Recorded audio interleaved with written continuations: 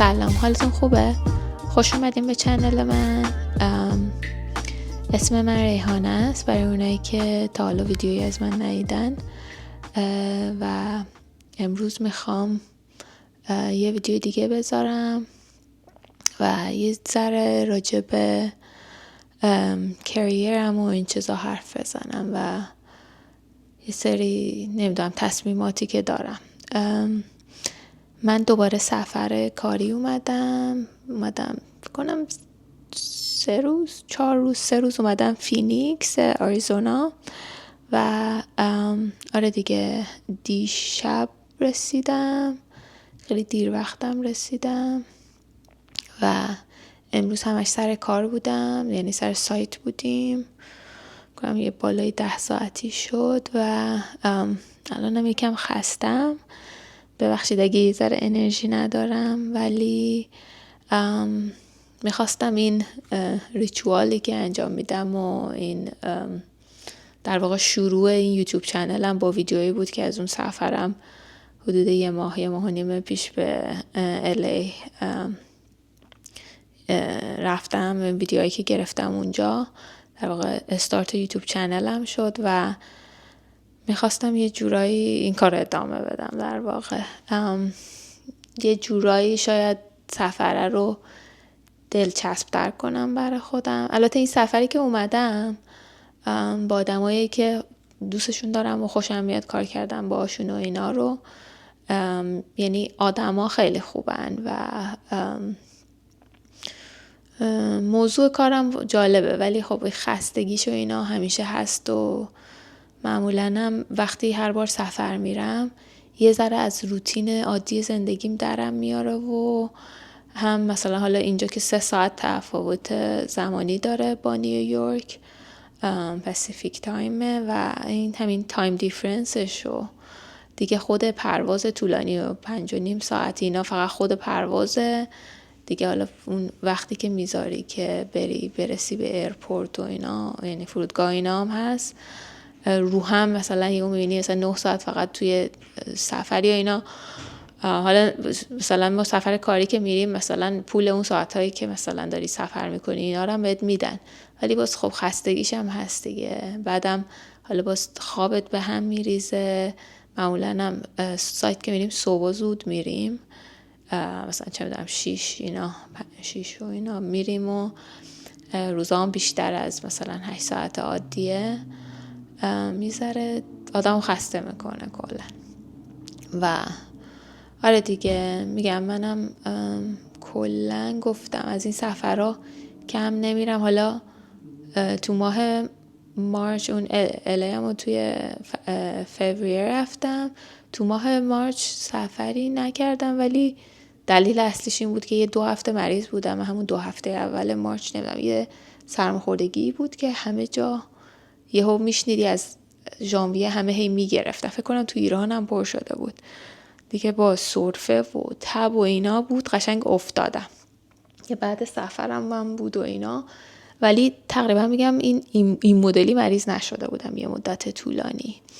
و آره دیگه این 2 هفته بود و دیگه همه انرژیام رفت، همه خوابم به هم ریخته بود و اینا. مثلا سرفه خیلی چیز بدیه. بعدم مثلا سرفه که داشته باشید موقع خوابم بیاد سراغ دیگه خوابم نتونی بکنی دیگه، اصلا در واقع یه دور باطلی شده بود که خوابم نمی برد، بعد حالم خوب نمیشد به خاطرش و چون حالم خوب نبود دوباره یه چیز بدی بود.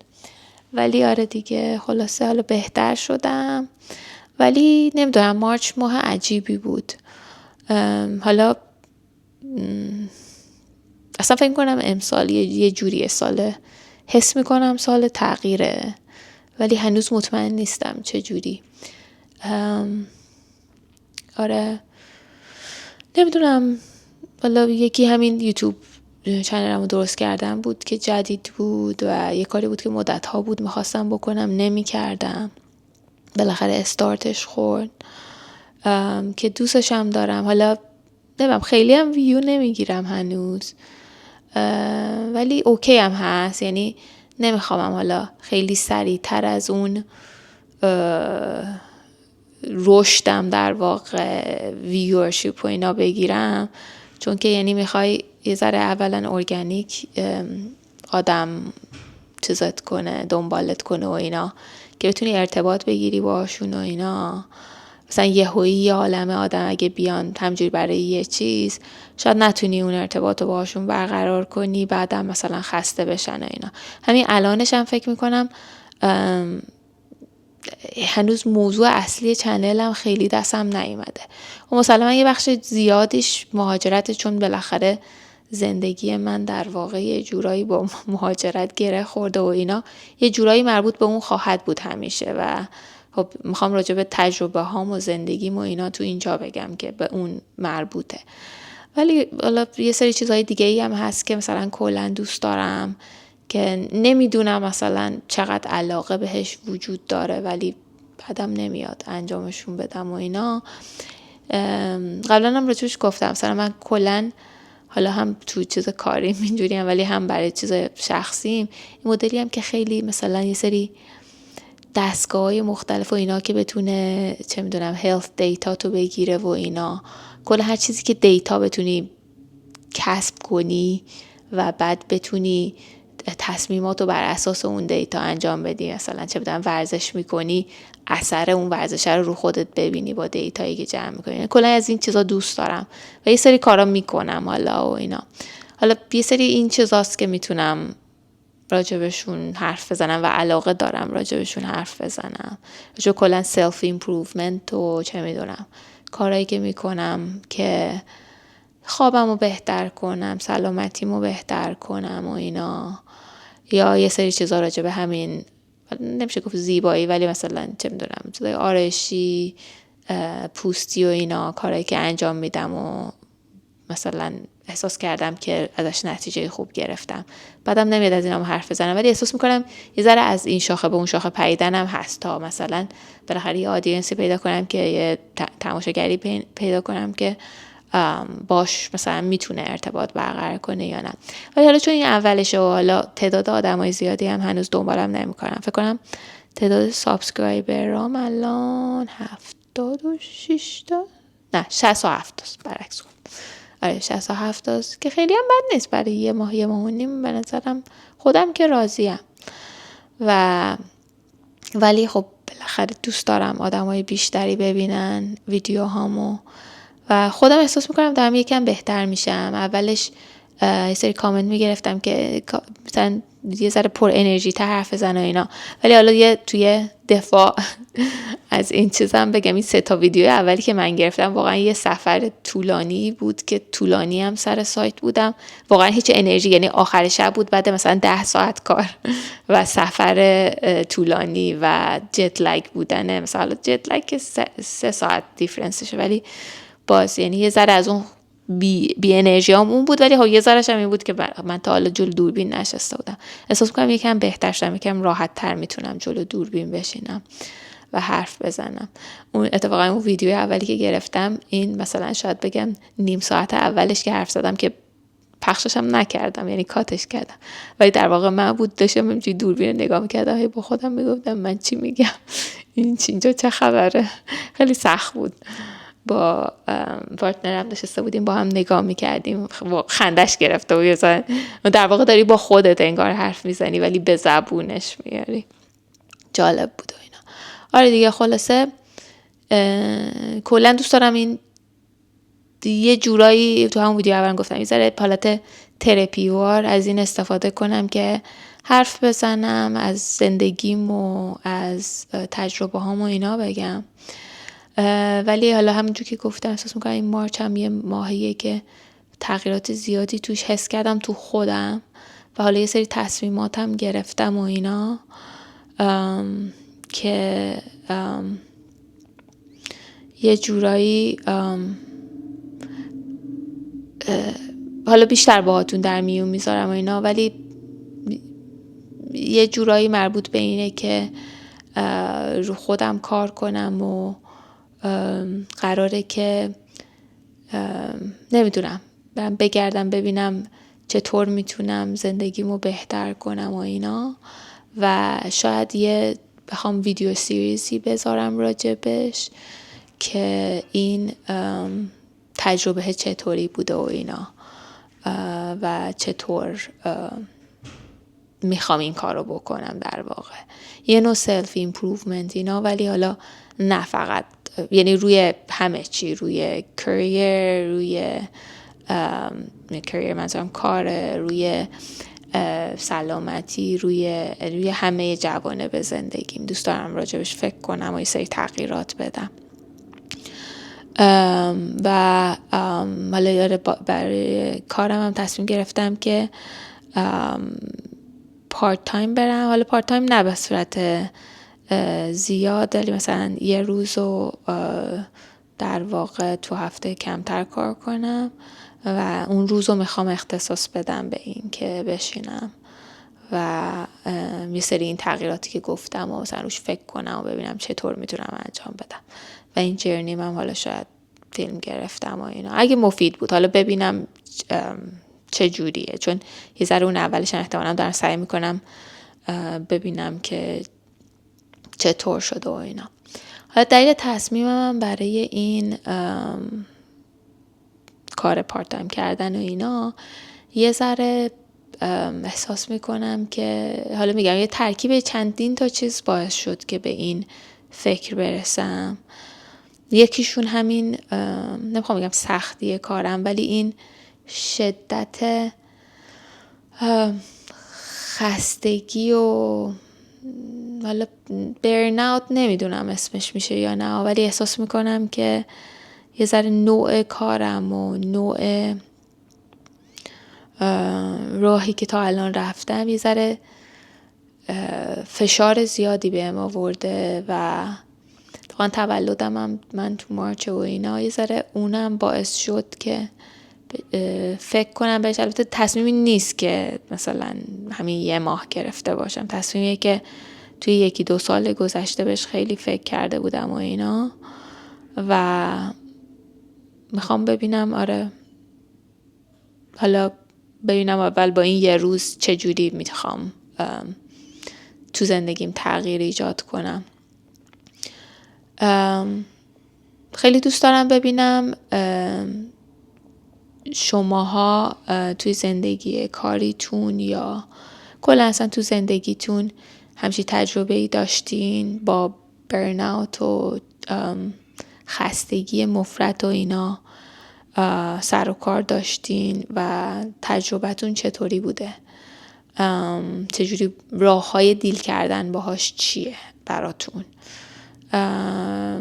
من خودم یه سری راه‌ها تو ذهنم هست که انجام بدم. یه سری کارایی میکردم که همون اوایل کارم، فکر کنم قبل از اینکه کارم شروع شه، یه دوره‌ای گذروندم. یه دوره 1 ماهه بود که آنلاین هم بود، یعنی چیز نبود، کلاسای این پرسن نبود. سال آخر همین پی اچ دیم و روی چیزی کار کردم خیلی راجع به یه جورایی مربوط به پرفورمنس بود که چجوری مثلا روی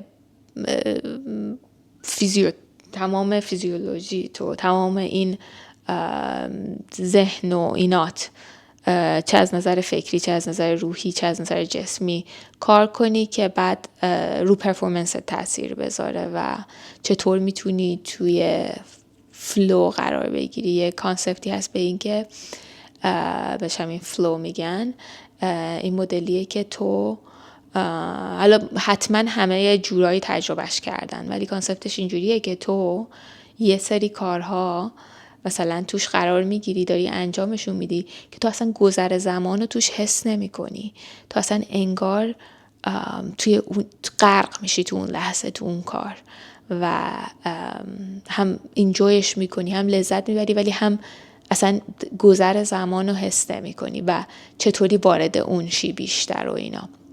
و در واقع فکر کنم یه نویسنده یه کتابی نوشته در این باره، فکر کنم یه استاد دانشگاه شیکاگو بود، اسمش میهای چیکسن میهای.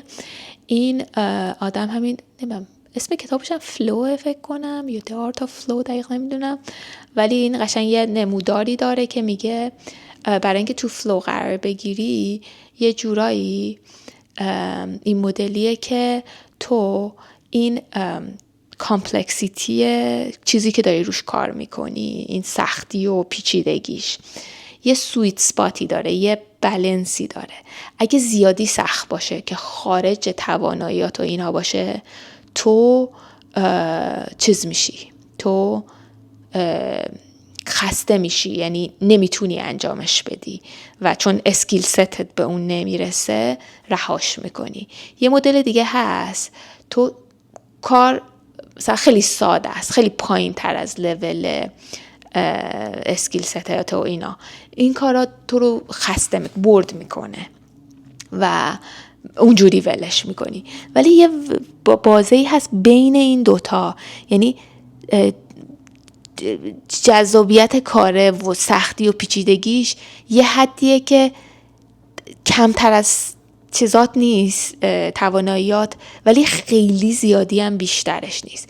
یعنی تو یه جورایی میتونی بالانس کنی و به خودت چی میگن تواناییاتو ببری بالا و توی اون مرحله چیز فلو قرار بگیری. اون جوریه که اون مدلی میشه که یهو اصلا نمیفهمی چه جوری میگذره و خیلی اینجوی میکنی و اینا.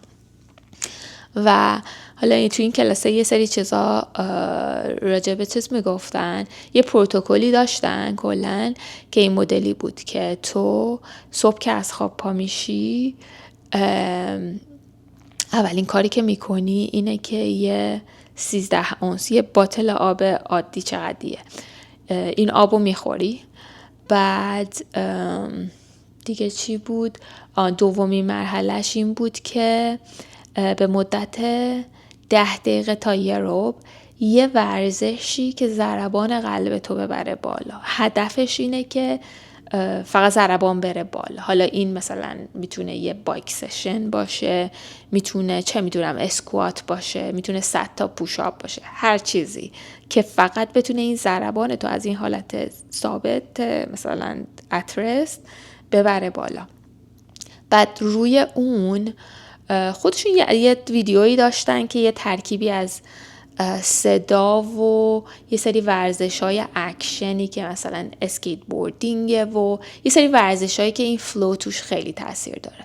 اون بود که خیلی هم خوب بود. ولی حالا اگه اون نه، یه نوع چیز دیگه‌ای هم بود به اسم باکس بریزینگ که در واقع باکس بریزینگ یه نوع تمرین تنفسیه که تو یه مربع رو در نظر بگیرین، تو به تعداد ثابت زمان نفس عمیق میکشی، مثلا برای مثال میگم 5 ثانیه نفس میکشی، بعد نفستو 5 ثانیه نگه میداری، بعد بازدم 5 ثانیه، بعد دوباره نگه میداری و این کار رو تکرار میکنی. حالا این 5 ثانیه میتونی مثلا از 5 ثانیه شروع کنی، کم کم اینو ببری بالا.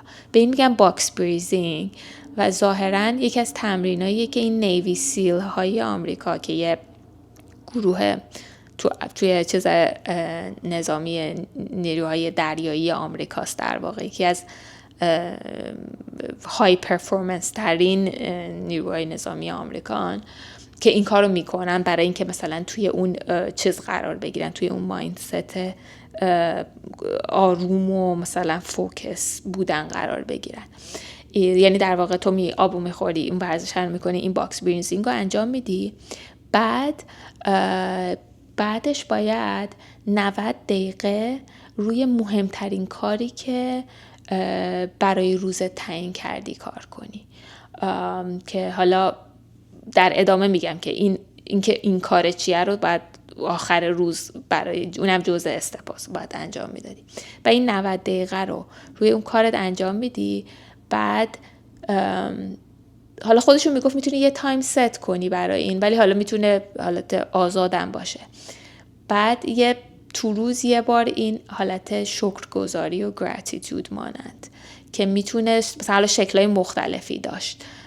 یکیش این بود که برای خود یه آلارم بذاری مثلا 3 و 10 دقیقه بعد از ظهر، بعد توی اون زمان مثلا به یکی تکست بدی، یکی که دوست داری بهش ازش تشکر کنی تحت هر عنوانی و مثلا بهش بگی که چرا. مثلا یکی برات یه کاری کرده، یعنی نه همینجوری که مثلا به یکی بگی مرسی، مثلا دلیل براش بیاری که مثلا تو مثلا اون روز که رفتی برا من وقت گذاشتی، اون چیزو نوشتی یا مثلا اون غذا رو درست کردی، من خیلی باعث شد که حس خوبی بهم دست بده.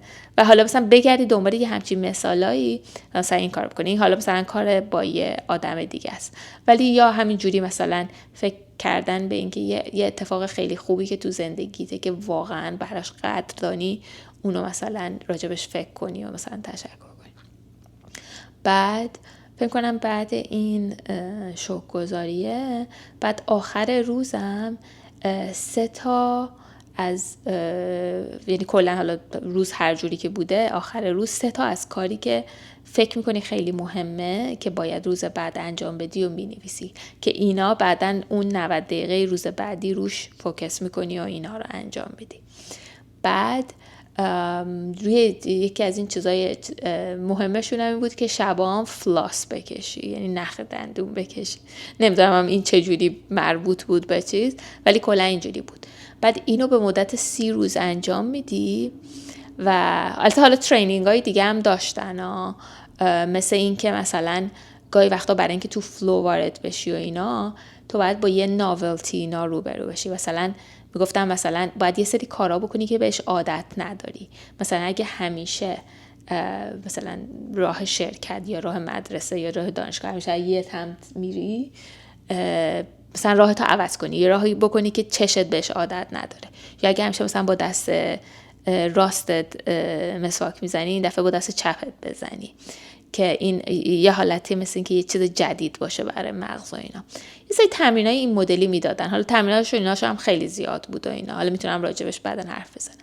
ولی مثلا کاری که میکرد اینی که این از نظر فکری و ذهنی و جسمی یه ذره توی موقعیت با ساختار منظم و اینا قرارت میداد که حالا خودشون میگفتن چانسای رفتن توی فلو رو زیاد میکرد.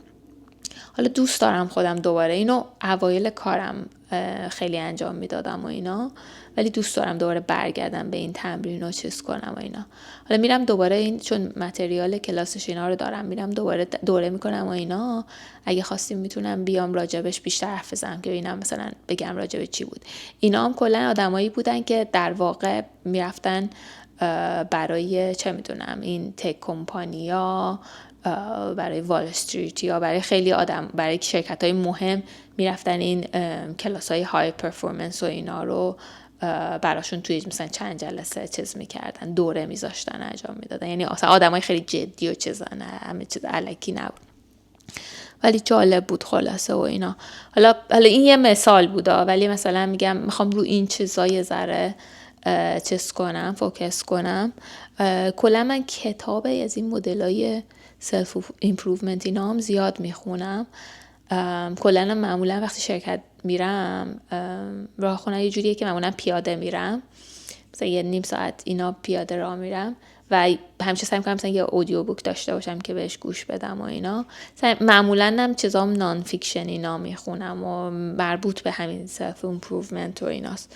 ولی گاهی وقتا احساس میکنم مثلا یکی رو که یاد گرفتم، مثلا شنیدم و اینا، به بعدی که میرسم مثلا 2-3 تا که میگذره خیلی اجراش نمیکنم. احساس میکنم اگه سعی کنم مثلا نوت برداری کنم یا مثلا بخوام همینجوری مثلا برای ویدیو اینا مثلا تعریف کنم اینا، شاید هم تاثیر بیشتری رو خودم داشته باشه، هم شاید هم مثلا برای شما مفید باشه. یعنی مثلا یه کتابی باشه، یه موضوعی باشه که بهش فکر نکردین یا شاید بعدش بخواین بریم بیشتر راجبش بخونین، شاید خوب باشه و اینا. آره دیگه، خلاصه تصمیمم اینه، حالا ببینم که چه جوری پیش میره. ولی واقعا دلم نمیخواد این یه روزی که تصمیم گرفتم برای خودم بذارم و برای رشدم و اینا رو حرومش کنم. واقعا دوست دارم که یه تاثیر بزرگی تو زندگیم بذاره که بعد چه میدونم یه سال چقدر برگردم و نتیجهش رو ببینم که نه واقعا باعث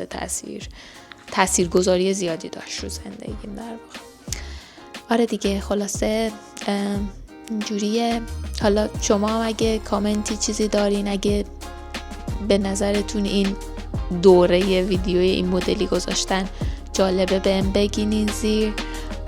حالا مدل‌های دیگه ویدیوام هم نگم دارم، ولی میخوام اینم انجام بدم و اینا. بهم بگین دوست دارین یا نه. و لطفا ویدیوم هم اگه دوست دارین لایک کنین، زیرش کامنت بذارین. اگه هنوز سابسکرایب نکردین لطفا برین سابسکرایب کنین، یا اگه فکر کنین چیز مفیدی داره ویدیو هم به دوستاتون معرفی کنین، یه ذره این چنلمو بزرگتر کنین. مرسی که به حرفام گوش میدین و ویدیوامو نگاه میکنین و تا ویدیوی بعدی میبینمتون. خداحافظ.